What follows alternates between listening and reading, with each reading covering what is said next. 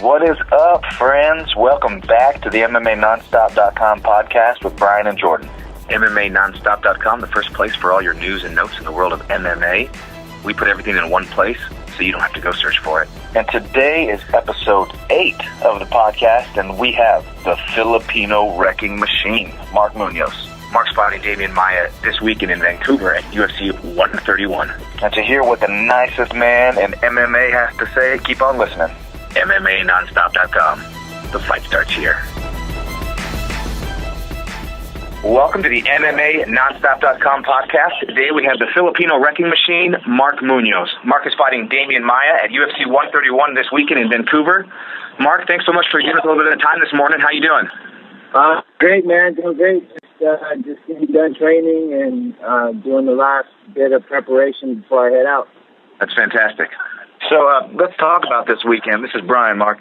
UFC 131, you got Damian Maia, and apparently you got a pretty good advantage on the feet, but how do you adjust your game plan when you face a fighter like Maia who's extremely dangerous off his back, given that your ground and pound has been so effective? For me, I just been really forcing myself to get into a lot of dangerous situations with the guys that I'm training with a lot of Damian's strong suits, his half guard, his back control, his mount. So those are the situations that I force myself to get into, even with guys that don't normally get it. I force myself there, or we start there, so that if I do get up in the fight, that I'm very prepared to go wherever it goes and not get submitted and be able to counter whatever he's trying to give to me. So I know that my ground and pound is really good, but at the same time, I want to get to the point where I don't get submitted, because that's the end of the fight. I want to be able to enforce my role, and my role is to be able to be on top and get into situations I want to get into. So, when you first heard about the fight against Damian Maia, when UFC contacted you, what did you think, and kind of how did you think your styles matched up? Oh, when the UFC first called me, I was excited when they said I was fighting Damian Maia, because that gave me the impression that they thought I was in the mix for title contention. So when I got the call, it was like, wow, yeah, this is it. This is the fight that I've always wanted, and this is a fight that can catapult me to where I want to be in the division. And it's a perfect fight for me, I feel, because, I do have a distinct advantage on my feet. If we go punch for punch, I think I'm going to win that battle. But at the same time, he's going to look to try to take me down. I feel that, I have great wrestling defense. But at the same time, I can't be too prideful to think that he's not going to take me down. So I got to be able to be prepared in all areas of the fight. Okay, so if you were to take a guess today, how do you see this fight ending? Give us your prediction. I see it ending by ground and pound. Okay. All right, so Mark, Vegas says you're the slight favorite. Do you prefer going into a fight as with the target on your back, or do you like to be taking the role of maybe a little-known underdog? I'd love to be the underdog. Pretty much all my fights have been the underdog.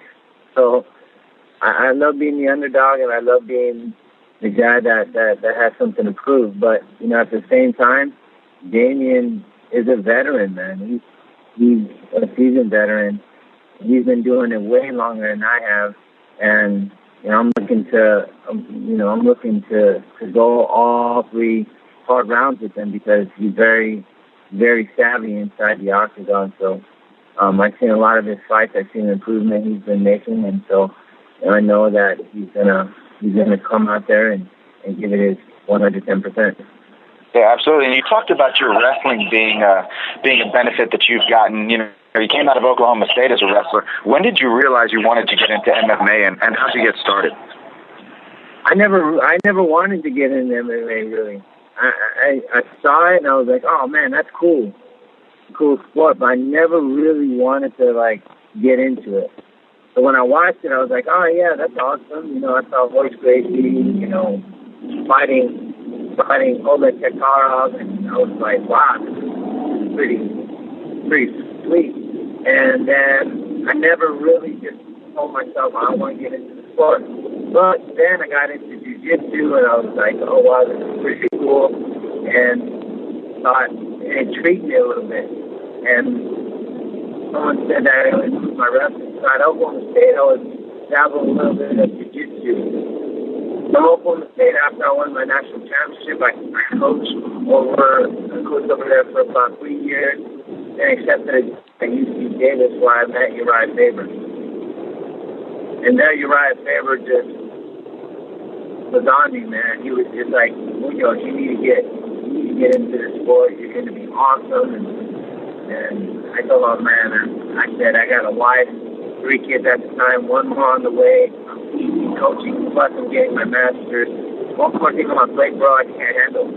Sure. And he just stayed on me, and he brought in Randy Couture, Brandon Vera, Quinn Redney Jackson, Frank Drake. He brought all these guys in for a training camp when Randy Couture was fighting East Belfort. So I came in and I helped him out, and my first sparring session was with Randy Couture, and I was hooked ever since, man. Okay. I loved it. So from then on, I trained for about part-time for about 4 months, got my first fight in, and I was hooked. Well, that's awesome. It's an exciting way to start in the sport. You know, you're starting out training against Randy Couture. Have you been surprised at all in kind of the success you've had so early on in your career, and how are you dealing kind of with the notoriety and the publicity from being a top contender in the middleweight division? Actually, yeah, I'm pretty stoked about the improvement I made so fast. It's just a testament of who I'm training with. I made a partnership with King's MMA and my gym, Rain Training Center. And both gyms with King's MMA and Rain Training Center, we created a super team.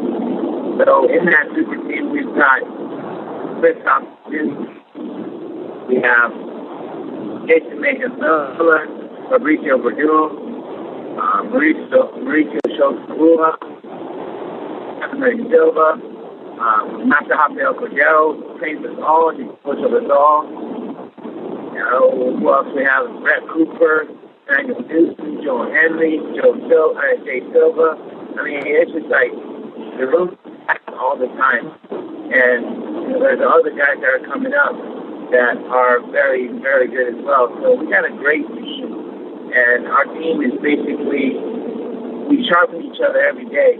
We spar, when we roll, when we wrestle, we sharpen each other, and we give to each other as much as we can to help improve each other every time we step out there. So this is a great team, and I'm very proud to be able to represent King's MMA and Rain Training Center.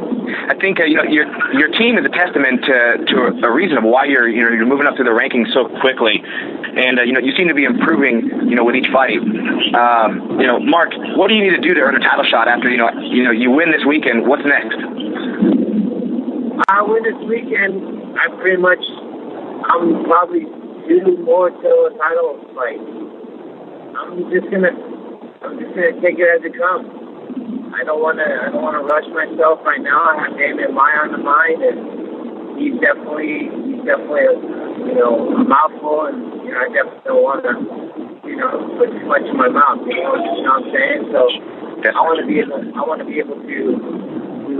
concentrate on Damian Maya, but a win over him is definitely going to shoot me up to where I want to be in the division.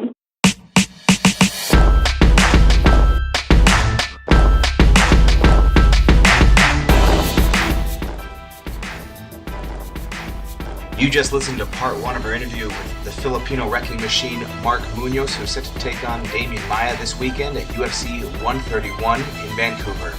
Stay tuned to part 2 right here on youtube.com/MMANonstop. MMANonstop.com. The fight starts here.